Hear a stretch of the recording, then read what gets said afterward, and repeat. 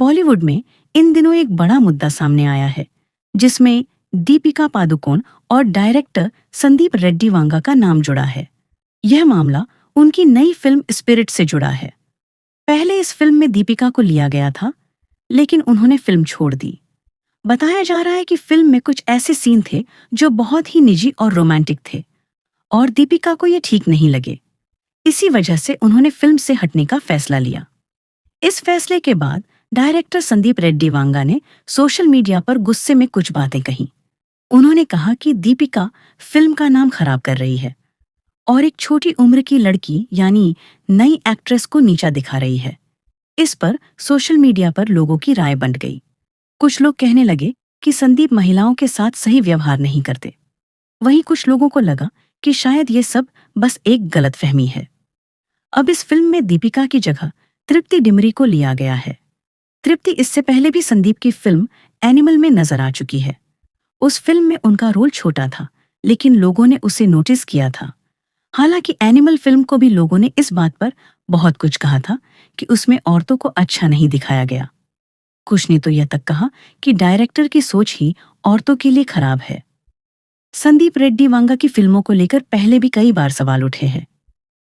उनकी कहानियों में लड़कियों को ज्यादातर किसी लड़के की प्रेमिका या पत्नी के रूप में ही दिखाया गया है और उनका खुद का कोई अलग सपना या पहचान नहीं होती।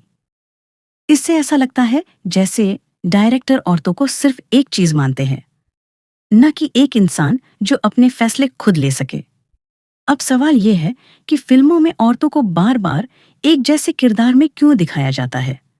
क्यों उन्हें सिर्फ किसी लड़के की कहानी को आगे बढ़ाने वाला हिस्सा माना जाता है? क्या उन्हें कोई खुद की कहानी नहीं मिल सकती? क्या उन्हें भी एक मजबूत और समझदार इंसान के रूप में नहीं दिखाया जा सकता? दीपिका का फिल्म छोड़ना सिर्फ एक खबर नहीं है, ये एक संकेत है। इससे ये बात सामने आती है कि औरतें अब ऐसे किरदार नहीं निभाना चाहती जो सिर्फ दूसरों की मदद करें, लेकिन खुद का कोई मतलब ना रखें। अब एक्ट्रेसेस को भी लगता है कि उन्हें ऐसी फिल्में करनी चाहिए जो उनके आत्मसम्मान के साथ खिलवाड़ न करे। हमारे समाज में औरतों के साथ पहले से ही बहुत सारी मुश्किलें हैं। उन्हें बराबरी नहीं मिलती। कई बार उन्हें गलत नजरों से देखा जाता है और कई बार उनकी बातें सुनी ही नहीं जाती। जब फिल्मों में भी उन्हें इसी तरह दिखाया जाता है तो ये सोच और मजबूत होती है।